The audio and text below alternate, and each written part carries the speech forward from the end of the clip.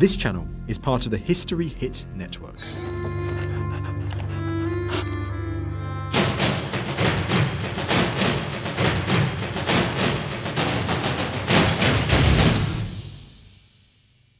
I'm standing on top of the Motte and Bailey of Plympton Castle in Devon. You know Mottes and Baileys from your school days. They're those great towering lumps that the Normans threw up all over the country.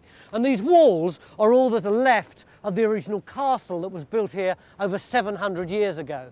Now, in towns and villages, normally the medieval stuff disappears. It gets built over and we lose it. But here in Plympton, the local people believe there's enough of it left down there for us to be able to work out the layout and the boundary of the medieval town that existed at the same time as that castle. And we've got just 3 days to find it.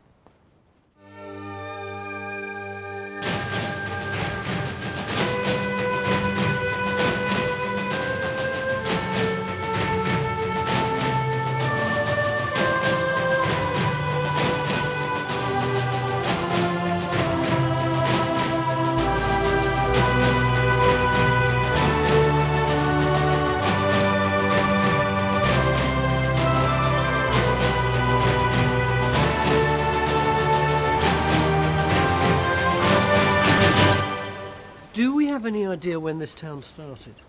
Oh, I think almost certainly in the 12th century. The 12th and 13th century was the boom time when lots and lots of new towns were laid out. Laid out like Milton Keynes? Yeah, exactly, with streets and properties and lanes, you know, deliberately pegged out and people encouraged to come and live on them. We can see it very clearly on the plan. There's the Motte and Bailey castle at the back there. Yeah. And there you see this long street running through here. Is that this street? Yeah, the one we're walking down now. This Yeah. has got all these long, thin properties, these burgage properties, which are the town properties laid out at that time. And that's very, very typical of hundreds of new towns at that time that were laid out. But there's no evidence of it now, is there? Well, what you're seeing when you look down the street is basically 18th, 19th century buildings, or what appear to be that date, because people put new fashionable frontages on them all the time.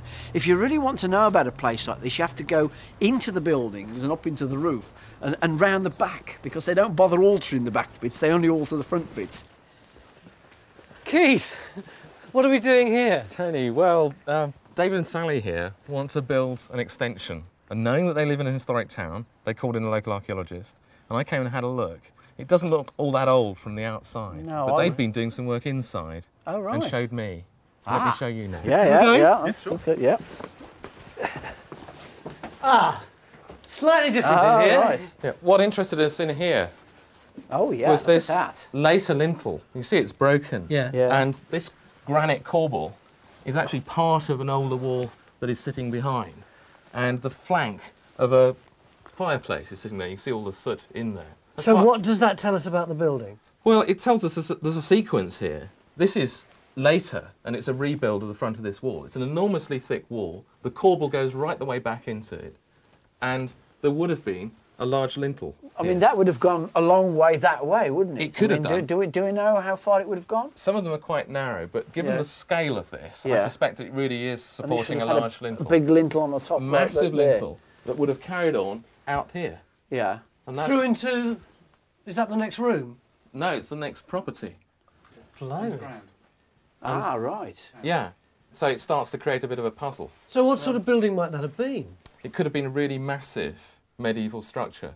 And I don't mean just massive ground floor. We could actually mean massive upwards as well, because in the same stack, but on the next floor up, there's another early fireplace. What's really interesting is when you go to the outside, you can see just how massive this building might have been. Let's go outside then. Let's go Outside again.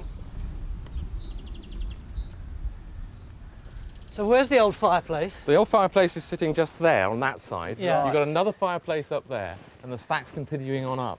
Oh yeah, Tony, if you come here, look, you can see that below the stack of that big piece of white wall is where it was wider before you get the tiles on the roof. So the original roof would have gone up like that, would it? Yeah. The stack continued, it just would have been a big display stack. Or you've actually got a third floor, which is extremely unusual for a medieval townhouse. So does that imply that the whole building would have stretched much further this way? You've got it. you've got your fireplace in there Yeah. with a lintel continuing on. Yeah. Look how this line of wall is set back. Now, if that's a medieval wall and you've got a medieval marketplace up that way, I suggest it's likely to be going all the way up to join it. Is it likely as well, O'Keefe, that it might have gone that way, across into the plot next door? Yeah, that's a thought, isn't it? You could be dealing with a really massive building. History Hit is like Netflix, just for history fans. With exclusive history documentaries covering some of the most famous people and events in history, just for you. With familiar faces such as Dan Jones and Dr. Eleanor Yanega, we've got hundreds of documentaries covering the greatest figures and events of medieval history. We're committed to bringing history fans award-winning documentaries and podcasts that you cannot find anywhere else. Sign up now for a free trial, and Chronicle fans get 50% off their first 3 months. Just be sure to use the code CHRONICLE at checkout. This building, Tan Cottage, really could have been huge and could have gone right up to the front street. Inserted in the garden wall at the back is a thick wall going east-west. Is this the back edge of David and Sally's house? And how far across into next door does it go? It seems to me then we need to do some work in this area that will try and connect up that with your house. But we also need to do some work next door, presumably some geophysics. Do you think we can do that over there? I'm sure you can. Peter's a very amenable guy. If you ask, I'm sure he'll let you do it. And should we geophys here? I don't think there's any point here, is there? It's too restricted a space, isn't it, to do very much. You won't learn very much about it. So, do we put in a trench? Do an excavation here. How do you feel about us digging up your garden? No problem at all. We begin work at Tan Cottage. First, we have to demolish this garden shed. It's right over where we want to dig. David and Sally had been planning to take it down anyway to make way for their house extension. In the garden next door in Carlton House, geophysics are looking for signs of a wall. So our search for Plimpton's past begins in 2 back gardens. Out in 4 Street, the main street, Berwick and Carenza are looking for evidence of medieval features inside people's houses. They're trying to find early fireplaces like those in Tan Cottage, medieval walls, and any wood we can get to dendrodate. Here they're acting on a tip-off. Oh, wow. Oh, that's great. Oh, look at this, Barrett. It's very similar to the bits and pieces we had at Oh, that's Tan wonderful, isn't Cottage, it? Yes. isn't it? Look, we've got the corbel, that's the sticking out bit that we had lurking in that house in Tan Cottage on the ground floor, and the fireplace above had this big slate on edge. Oh, look at this. This is good. That's a light sconce. Oh, wow, so that gosh. you could have a lantern Putting or a a light candle here. or whatever. Lighting, well, it would have been a very big room with a fireplace that size right across the top of So the it house. would have gone right here. to the back of the house. I guess so, yes. Yeah. What about that? Is that another light sconce? Oh, no, that's interesting, because that's going to be the seating for one of the roof timbers, an open roof coming up and across this big room. Yes. Gosh, it gives you a very different feeling for what Oh, the house yes. would have been like Well, of compared course to it this would have been, little yes. sort of corridor space. Yes. Back at Tan Cottage, we're making good progress with the shed. Phil is keeping his eye on the archaeology. Oh, look at that! God, look, hey, it's a mate. Look at a that, gate it's post, curving isn't it? right around. Well, It's a gate post. it's curved on the other side too. God, should we get it out? Yeah. We got it? Yep. Pop it down there. God, ain't that beautiful, isn't it? Everyone in the incident room's incredibly busy. Sue has got the oldest known map of Plimpton from 1793, and she's laying over a street plan of present-day Plimpton to compare and contrast. Steve's going to be recreating some of the older buildings in Plimpton and putting them into his computer. Geophysics have got the first plots, which they're just feeding in. Bernard is doing a survey of the entire area around the village to see if any of the geographical and environmental features tie in with all the rest of the evidence. We've got loads of documents and maps. This is the tithe map of 1843. And what are you doing, Robin? You name it. At the moment, I'm trying to reconstruct 4th Street by tying in medieval deeds to individual plots. But it's fiendishly difficult because all the later deeds and documents have been lost, And we've got very few fixed points in the borough that you can relate things to. Is this a few houses? Yeah, these are the ones where we've got a relationship with the parish church, or the chapel of St Thomas, as it then was. The other thing, one wants to try and put Plympton in context, because it was the centre and focus of the 100 of Plympton and the barony of Plympton. It was a huge estate which stretched way out into Devon in the hands of an incredibly important family, the de Redvers family, who founded the castle here, built the borough, and dominated life in this neck of the woods. What sort of period is that? Well, we're talking in the 12th century. They were all caught up in the civil war between Stephen and Matilda. You know, good brother Cadfael stuff. I mean, there's still an awful lot to suss out. Amazing. Well, I'll leave you to get on with it. Cheers. That's nice too, isn't it? Look, As Phil continues to pull stones out of the rubble of the shed, we call Berwick in. What does he think of this lot? That's the reveal there. Right, you're looking at the top of a window. Right. And you're looking at the window, there's at least two lights, two Right. windows, and the head of each window is a trefoil shape. Right. So that fits in there, like that. Right. And the other one would be the same, would come down with a mullion in the middle here. Right. Yep. And being a flat top rather than a pointed top, we're not looking at something ecclesiastical, we're looking at a window, a rather posh window in the back of a house, I guess. or the This side is of a house. posh building. Looks like it, yeah, well, comparatively so for a domestic building, yes. How old is all this stuff? Well, this could certainly be medieval. The character of this stone is very much indicative of a medieval date, because this would have come from the Abbot of Tavistock's quarries at Rowborough. And when were they working? So they were working from the 12th century onwards. So I wonder where all this stuff comes from. Well, of course, it's not accidental where we're standing, and who knows, it could actually have been part of this big building that we were looking at earlier. As we get on with knocking down the shed, Phil takes a look next door. Our first geophysics results have come through, and we've got good news. We're on the lawn, and it's just possible we've got a wall line here. John thinks he's found a wall running along one side of the garden in Carlton House. Could this be the side wall of Tan Cottage? We open our first trench of the day. We have to be a bit careful here. This garden is home to a blind rabbit. Our work in the town's beginning to spread out. As Berwick and Carenza continue their search for medieval fabric, they're concentrating on the northern side of the main street. Across the street, we're working on Tan Cottage and Carlton House. But further north, on the other side of the Motten Bailey, is an open space called the Pathfields. Along the northern edge is a broken hedge line. Many locals believe that this is an old boundary dating back to the time when the castle was built. They want us to check it out. Mick? Yeah? What are your first impressions of this area? Well, lots of interesting earthworks, like this one here I'm standing on. Where's that? Well, there's a terrace here, look. Just here? Yeah, which I think is probably on the line of the hedge. Yeah. But then there's others up here, look. What, this here? Yeah, you see there's like a step there. Where Yeah. And then another one above that, look. Don't come with me, I'll come back. Don't worry, I won't. Just here? Yeah? What are they? Well, I think they're probably what we call strip lynchets. They're artificial terraces that have been ploughed. What happens is if you have a boundary and you plough up to it, the soil builds up, and if you plough away from it, then eventually you get a step. So they probably indicate early fields with early ploughing. So what do you think we ought to be doing here this week? Well, I think we'll do some geophysics on it, and Yeah. Stuart can obviously record these earthworks. He's good at that. You Yeah. know, he'll sort a lot out from it. Yeah, certainly cut a trench across there. Probably one across the bottom over there as well, because there's another earthwork in that field that we could sort of have a look at. We're beginning to try to untangle the story of the Pathfields. We open our second trench of the day. It's a long one from the hedge line, which may have formed the old boundary, to the earthworks further up the hill.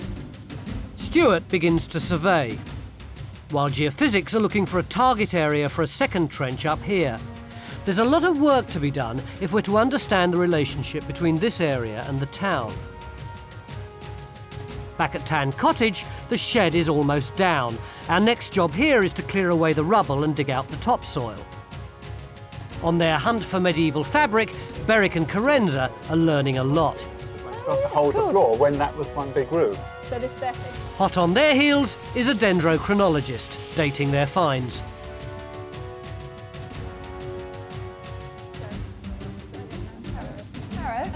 Hello, we're from Time Team. We were looking at the houses in the town.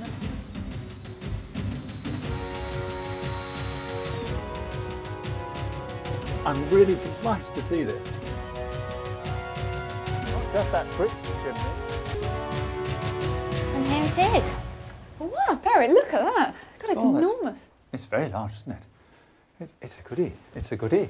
It looks a bit like the one in Town Cottage, doesn't it? The stone one, but of course this is wood. Well, What do yeah, you in the think sense about that it's very broad and, of course, very thin, which is really quite unusual. This, of course, this room, we've come right through where the medieval house, and we're, as it were, out the back in medieval terms. So this is a stack that would have gone in medieval times and probably survived all the changes around it. So we might be looking at something that really is medieval here. End of day one, Phil succeeded in digging what must be the ugliest trench we've yet dug on Time Team. But we've spent most of today coming to grips with what happened in Plympton above the ground. Tomorrow, we're going to start looking below. Join us after the break.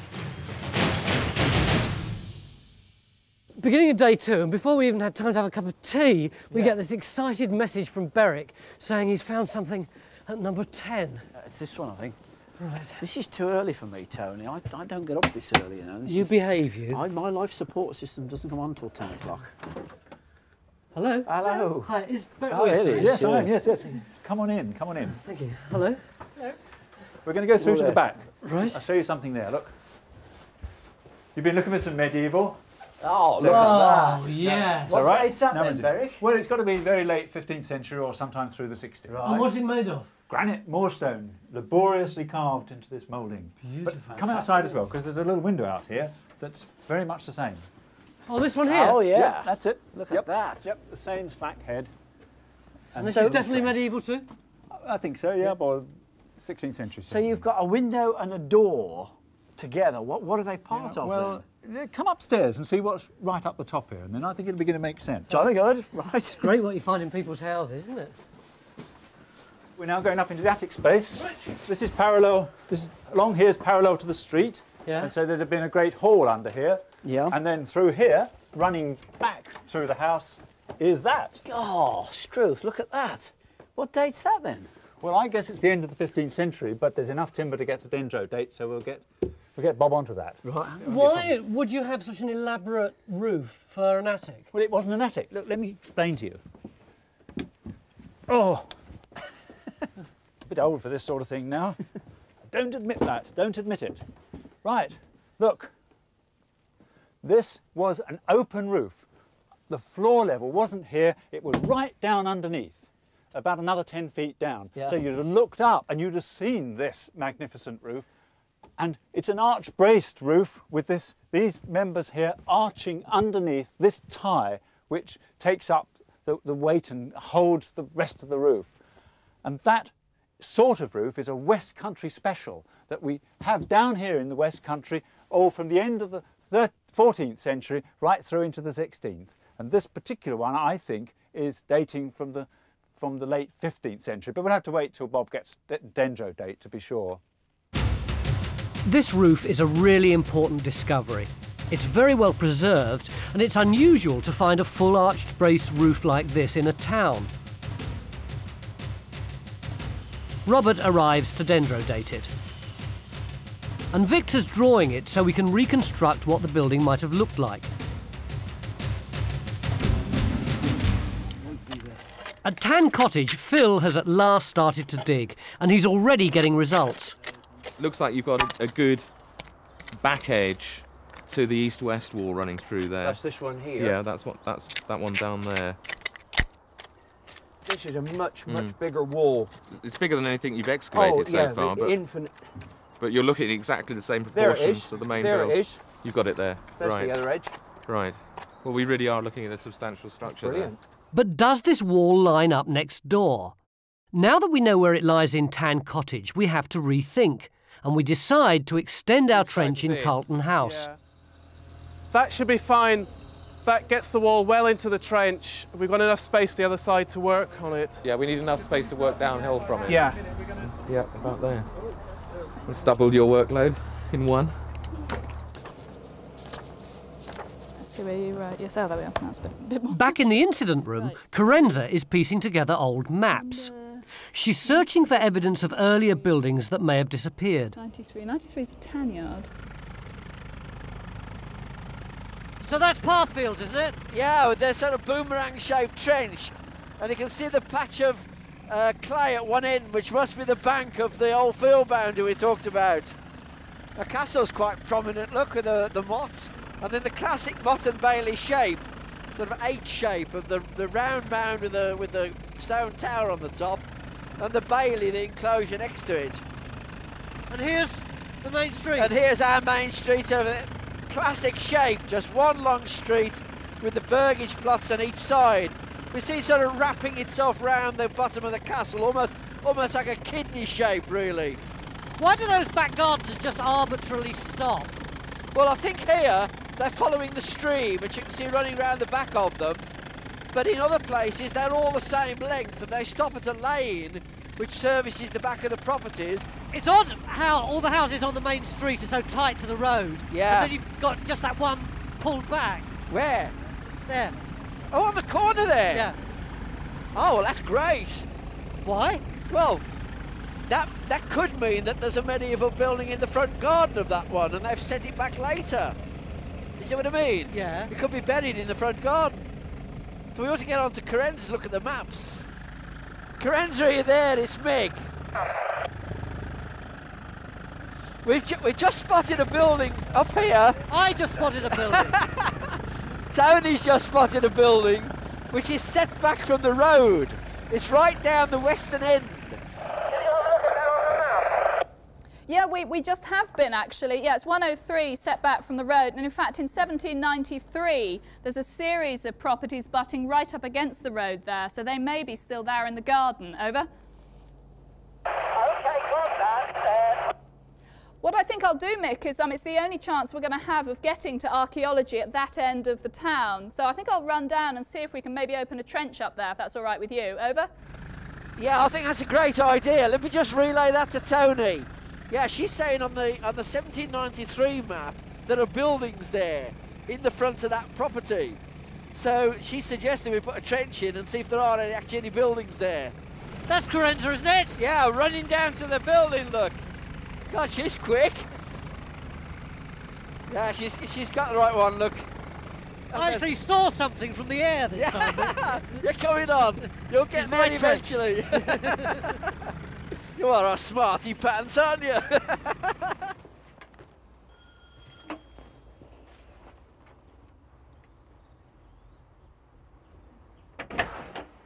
Oh, hello. We're from Time Team. We're investigating the sort of medieval history and archaeology of Plympton.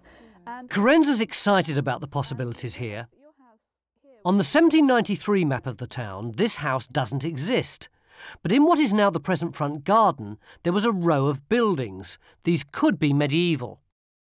We've measured on the map, and we've worked out the building should be about 7 metres wide. What we'd like to do is try and put in a trench that would hit that back wall 7 metres out. So if we just measured out here, you see where is 6, 70, 80, no 7. 7 metres out is there. So you want to dig a trench as long as that, would you? No, no, no. Oh, right. not all the way to. Hopefully the back wall of this building would be about here. Okay. So in the 18th century, you'd have been standing inside the building here. So if we started the trench there, right, maybe about 2 metres long, so just as far as this. All right, just a small trench then. And we make it about 1.5 metres wide, so it'll take about there. So basically it'll just be this small square here, and hopefully this will be outside the building, this will be inside it, and the back wall of the building should come through about here. Hopefully we'll find it in the trench.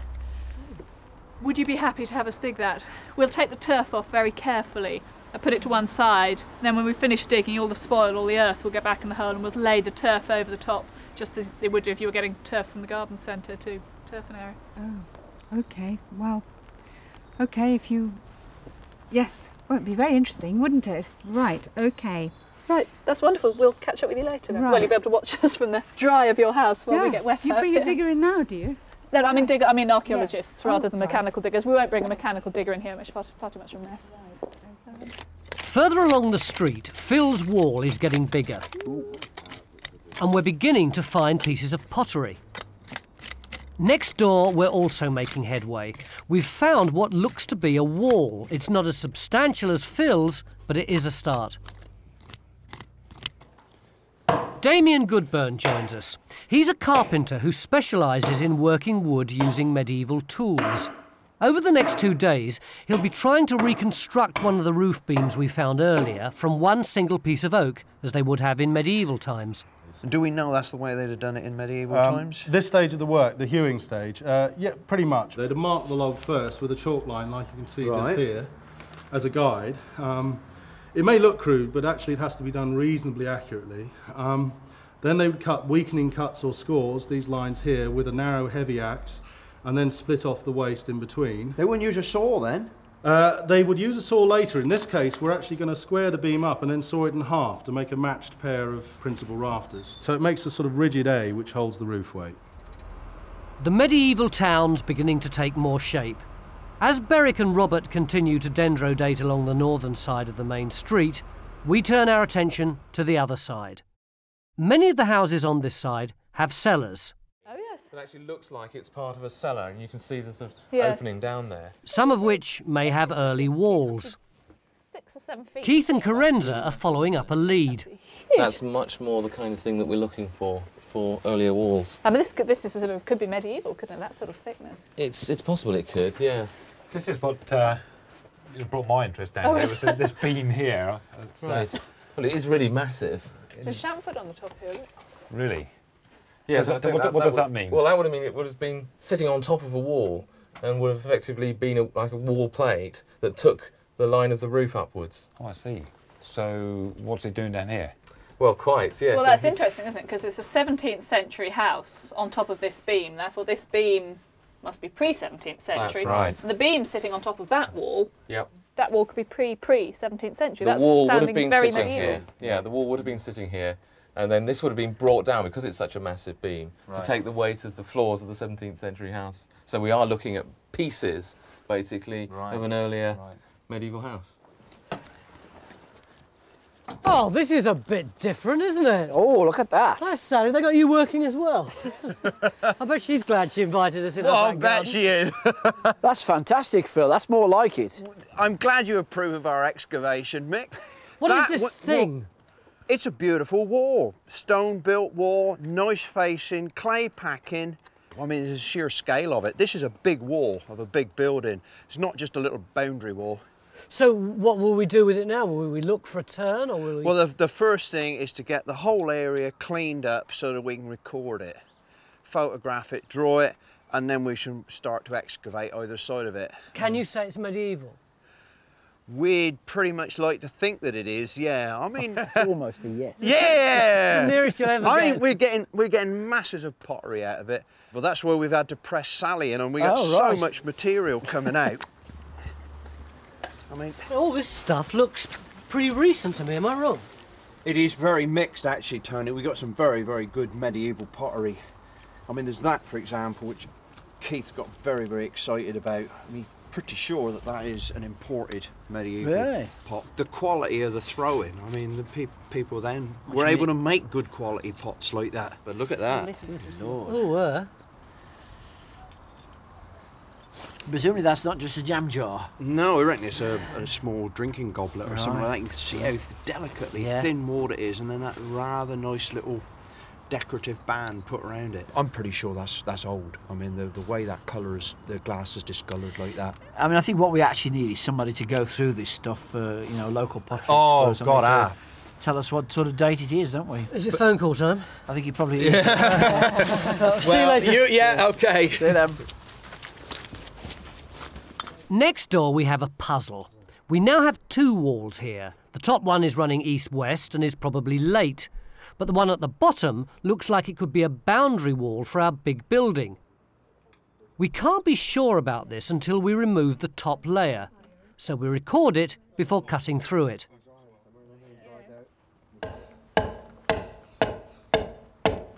Our woodworking is coming on well. Using an axe, Damien has squared off the beam. To get the face true, you have to use a plumb bob to ensure that the bottom is pretty well parallel and square with everything else. So That's it's not perfect, but that's still pretty good, boy. It now just needs to be marked before being cut into 2 matching beams. Brilliant. It's a good job we haven't got Rob in here. I don't think we'd get him through this hole. Wow, look at that. Oh, right, yes. What do you think? Wow. It's that window, isn't it? It is. It looks Sill, and like that's- a formal window. There's a splay on that side. Aren't we below ground here? It looks as if the ground level is about Up that here, floor level. yes, and you've got this floor inserted across But the then top. if that's a window, the ground level must have been lower at some point. That's right. Well, there's a wall. The window down here is an important discovery. If the ground levels have changed this much, then there may be other medieval walls under other buildings. This could be a very useful lead.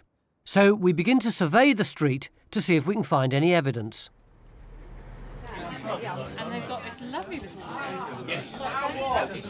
We've been finding loads of this kind of stuff. It's been coming out of the trenches like there's no tomorrow, and it's virtually all medieval. But the problem is, around here, medieval can mean anything from 12th century through to 16th century. So what we need now is dating evidence. We need a date for the wall in the trench at Tan Cottage, we need dates for this pottery, and we need dates for all the fantastic pieces of wood that we've been finding in the houses all over Plympton. And once we've got those dates, we can begin to piece together the hidden story of Plympton's past. And we'll be trying to do that tomorrow. So join us after the break. Will I find the light? Yeah. You're right. Yeah. Yeah, look at that. What is it? Well, it looks like a window. Looks old, doesn't it? Well, yeah, I mean, it's a sort of 17th century or something like that, but all blocked up. I think we should open that up and have a look behind it. What, smashed through? Yeah, we can do that. Oh, yeah. Come out this way, because we're actually at ground level at the back here, look. Yeah. Through that door there, out into the garden. Yeah. So if you come up the stairs here, because we know that this place was rebuilt in the about 1590, 1600. This looks 18th century. Yeah, well, doesn't it? it's yeah. So there's several later phases to it. But if Yeah. you go out the front door, Yeah. you see that when you get out here, Yeah. that window that we were looking at is somewhere down here. What, below the ground? Yes, of course it is. Yeah. Because we've come up the stairs there, so it's actually down there. Then what's the point in hacking through? Surely all we're going to get is the earth under the pavement. Well, probably not. We think there might be a gap, because if you come round the corner, look, and look at this tube in the ground, shine your light down it, look. Yeah. Ah. There's the original edge of the building, and there's a space next to it. Oh, yeah. Yeah. Right? Why? So, well, if that goes round here, Yeah. there should be a space behind that window. Yeah. And I think the answer is that this building formerly faced out onto the marketplace here, Yeah. with a church at the back, look. Yeah, yeah. And at some stage when they rebuilt it, because you can see this fantastic building at the front. It's a real Georgian frontage, isn't it? What they must have done is lifted the road up so it gives a nice grand entrance to the house, and in so doing it, they buried the earlier front of the house underground to make a cellar out of it. So if we can get through there, we'll be able to find out what the fascia was like at the front. Yeah, yeah. You see why I like buildings? They're fantastic, you know, always finding new bits about them. You're a big kid, really, aren't you? I do like buildings. Up in Pathfields, we're beginning to get some answers to the question of the boundary line. But what we don't have yet are concrete dates. So we're opening a second trench across another earthwork to see if we can find anything there.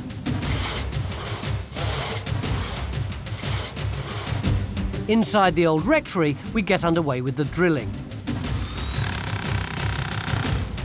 And that last bit just splits off like that. Look at that. At Tan Cottage, Phil is finding more pottery. Oh, look at that. Let's have a look down, isn't it? While next door, we're still looking for the eastern edge of the building.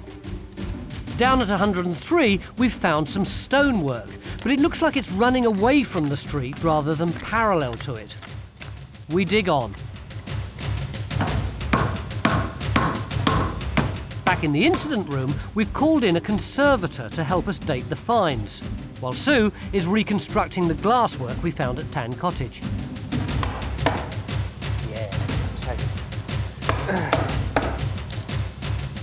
You're back. Really? Oh, hi. We were just discussing the results. These are the dendro results. They are indeed, Yes. and we've got one or two really, I think, quite exciting dates, perhaps. From 4 houses, timbers from 4 houses. I'm going to show you which ones they are on the screen. Sue, can you pop up that? Here we are, look, they're all in the same part of the town. So where should we start? Well, let's start with Chapel House, yeah, Come on, OK, I'm right. Right, that's that really fine roof, that's a good Yes. roof. Now, I get the felling date for the timbers up there between about 1460 and 1480. Oh, well, we're all right. Yes. Why do you say, we're all well, that's what we were saying on stylistic grounds. The roof is integral with the structure. Using our sense of what it should be, judged by others ones we've seen. The form of the roof is right. And the quality of the craftsmanship, all those sort of intangible things. So you're both happy about that? Yes, we're happy. It's the first time this weekend. Well, I think the results are reasonably believable. But shall we move on to, let's say, Penthouse? Yes. In the passageway, there are those timbers underneath the fireplace or holding that's right. They bridge across the passageway to support that fireplace on the first floor. Well, one of those has a felling date at about 1270 to 1305, would you believe? That's the timber right at the back, underneath that inserted fireplace. That's right. That's more like it. If that fireplace is inserted, surely there's another possibility that might emerge here. You're saying that that beam that you've got the early date from runs underneath the fireplace. So doesn't it suggest that if you've got something like a hearthstone that's resting partly over that timber, that your so-called inserted fireplace might actually be of that early date? It would if I could buy it stylistically, but I find it very difficult to think that fireplace is that early. But, I mean, the problem, isn't it, surely, that we are always arguing from stylistic criteria back to the structures. And as we build up more and more dating with dendrochronology, we can actually start to perhaps rethink some of the so-called fluorescences of these styles, and some individual features we might be able to take back. You may well be, and maybe that's true.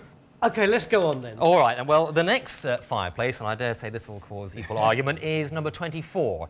And we got a really interesting date for that, and that is a felling date of some time between, let's say, about 1275 and about 1310. Another same problem again. Well, it's only one timber, remember. I'd feel quite happy if that was a reused timber from somewhere else, built into that stack at the end, well, at some time, I don't know when, the end of the 16th century again. So would I. These two men are being incredibly polite, but in fact, I think they're having a furious argument. The basis of it seems to me, essentially, Beric, you're saying that if a fireplace looks like another fireplace or a series of other fireplaces that are of a certain date, then it's likely to be of that date, whereas you're saying, actually, if you look at things like the dendrochronology, even though you might think that it's later, it might actually be much earlier. I don't think we've built up enough evidence from a range of other sites to be able to be absolutely sure that a certain style will actually date the fireplace. What I'm interested in is the timbers that are used in it, and this lintel is crucial because I think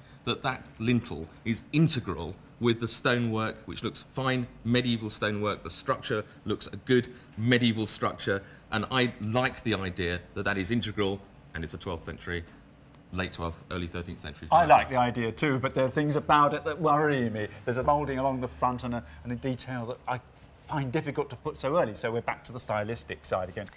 And what's the significance of all this as far as Tan Cottage is concerned? Well, in Tan Cottage, there's a chimney stack with two fireplaces in it. One like one of the ones we've been talking about and one like the other. And they're both presumably the same date. Either very early or very late. And I think they've got to be quite late. And he thinks they've got to be early. And there's a reason why I do, and that is because the lintel of the upper fireplace row is going to go on all through the rest of the day. I think we should break for lunch and let them sort it out. Hopefully by the end of the day we'll have come to some conclusion. But you're still basically now what I'm doing is I'm using your stylistic argument against you. As Beric and Keith argue on, let's take a closer look at these dates. This roof dates from before Shakespeare's time, and these fireplaces from not long after the Norman conquest when Plympton was first set up. So our search for early medieval fabric has come up trumps. We now have pieces going back over 700 years to the very time the castle was being built. How are you getting on then, Carenza? Hi It's a long time since I was round here. We're doing quite well actually. I think we've got about as much information out of this as we're going to get. Yeah. Effectively, we've got a wall coming through there. Yeah. It's running, you see, Oh, right. you can see it's running at right angles to the street. We thought when we put this trench in that we were putting it across the middle of this building here. Yeah. Whereas in fact, because we're right up against this property boundary, we've obviously put it against the long bit of this building. So I think we probably won't get the back wall in the trench. Right. John's actually out there geophysics at the moment, and right. well, with a bit of luck, he might have the results. Well, by let's now. go and see. Well, Because let's go and see it, he yeah. should be able to pick that up, shouldn't he? He should be, yeah. And it was a tan geophysics. yard as well. Yeah, so it would have been sort of smelly on the edge of town. Yeah, so you wouldn't really Good want. Lord, what's that lot? Have you not seen this? What are they? We're using birds of prey, aren't they? We're using a new technique here, known as Get falconry. Off. Get off, come on. No, we're sending electric currents through those probes that they're sat on, and it's giving us a detailed picture. Well, what did you get anyway? Well, Outside the air of the birds. We've got some really nice results. Oh, have you? Fantastic. I've actually put them onto the plan now. Oh, right. And good Lord. There's several things of interest. The first one being this rather broken anomaly coming through on this line. And it's purely of interest because of the boundary you were talking about, Carenza. That's more or less in line with where the wall is in excavation. Up That's there, right, because the trench shows the property boundary to about there. But then there's this clear one curving through on this line, and then a second linear, and they're both crossing at the sort of angles you were talking about earlier, Carenza. I'm really interested in that line because Beric and I yesterday were looking at this whole question of how far the Burgess plots went on the south side of 4th Street. And we had a look sort of down people's back gardens and things and noticed there's a change in the makeup of the wall at about that point on that wall. And there's a whole series of modern boundaries that survive onto the modern map now along there. Then at the back of Town Cottage, there's a change in the makeup of the wall there. And so we were sort of wondering if the back line of the Burgess plots on the south side came at about there originally.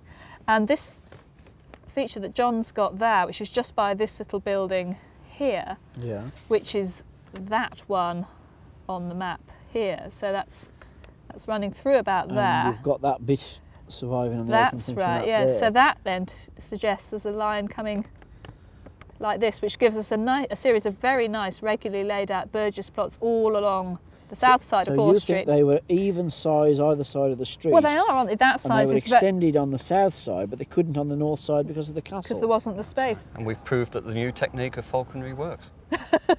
So you'll be getting your own falcons now, will you, John? So now we can say that the southern boundary of the town actually stopped here, halfway down the plots as they stand today. And we know that the northern edge was along the side of the castle. But what of the path fields? Can we say what happened to the boundary of the field system up there? Neither trench has produced any firm dating evidence, but we can confirm that the medieval field system continued across the hedge line, so we can give the area a history. The field system stretched across the northwest corner of the site. It was used for farming in early medieval times. Then the enclosed area, complete with hedge line, was placed on top of that, possibly as early as the 14th century when this was common practice. When Plympton House was built in the 17th century, the area was used as a deer park.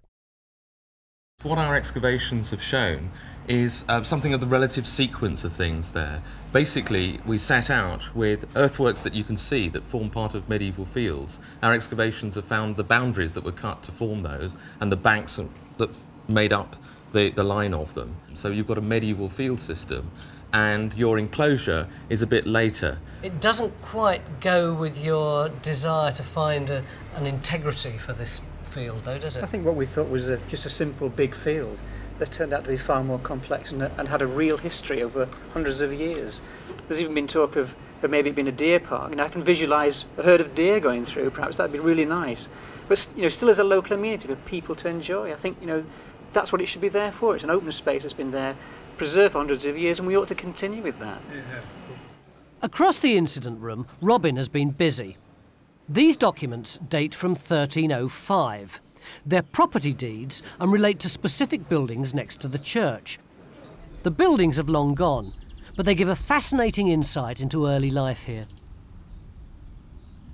Here you've got the shop and solar, which Henry Le Palmer gives to his daughter Joan, and he talks about the latrine house and the hall that he has behind. He even talks about how he sold a property opposite to Peter Crispin just before 1306. It's amazing, you've got names That's and right. dates, isn't it? You go one further down the street, and here you have the house of Gilbert the Tailor, and later owned by John, son of Gilbert the Tailor. And then one further down to where Martin of Chaleswich lived. But it's lovely that you can recreate this tiny little bit of the old borough by piecing together these medieval deeds, simply because they were next to the parish church.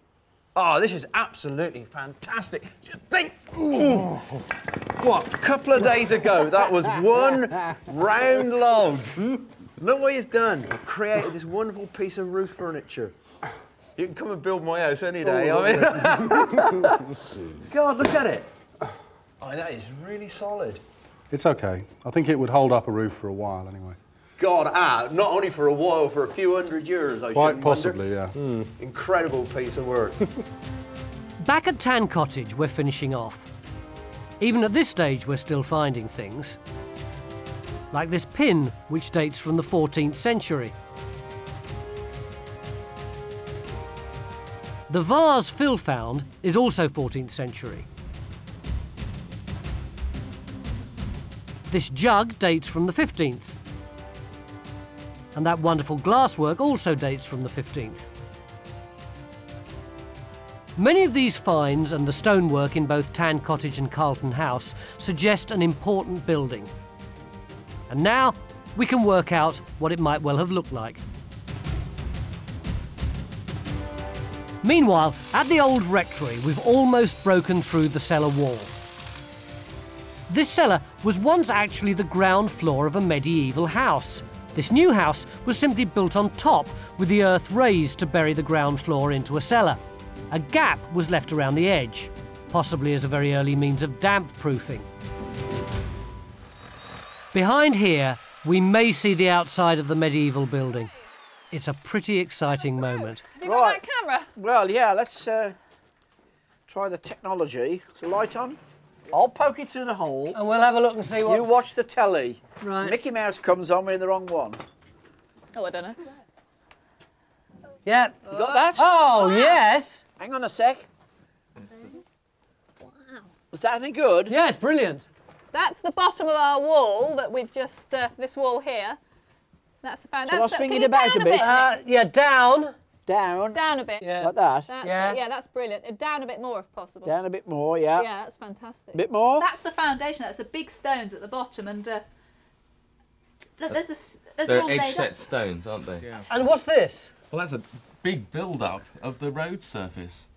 I tell you what. So it's just earth? Yes, I think so. These are the footings, Keith? Yes, I think those are the footings down there. I mean, Keith, what those remind me of is at Carlton House and was it York Lodge that we were looking at? They've got these sort of footings where you've got stones laid on edge. And we've seen them in two of the Burgess plot boundaries. I mean, that really suggests that the whole of the town was laid out really as one sort of operation. We know it's very regularly laid out. It's a single event. And all it marks, built in the same way. Yeah, it marks same the foundation, same walls. Foundation of the borough. Barrett's estate. Yeah, Victorian terrace. Yeah. It's basically you're looking at 12th century town planning.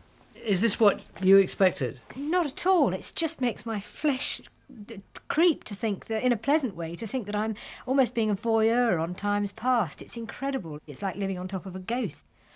Very exciting. And it's like going back in time. When you've finished this historical discussion, can somebody else come and have a go at this? Stop moaning and just carry on, mate. Bloody crucify. What started out as a hunt for a boundary has turned into a fascinating journey into Plympton's past. The medieval finds from Dave and Sally's house tell us that here there used to be a high-status medieval building, and it was huge. It stretched from way over there in that garden, all the way back to here, and then right up this alleyway, but from our point of view, what's most interesting is that the row that we've all been having over the past 3 days has been resolved, and now everyone's happy that this is part of a 13th century chimney stack. We've managed to sort out the story of the Pathfield parklands, complete in some people's minds with a park full of deer. We've managed to work out what the boundaries of medieval Plympton were, and we've got precise dating for pieces of wood which tell us that some of them were part of buildings that the Normans put up over 700 years ago.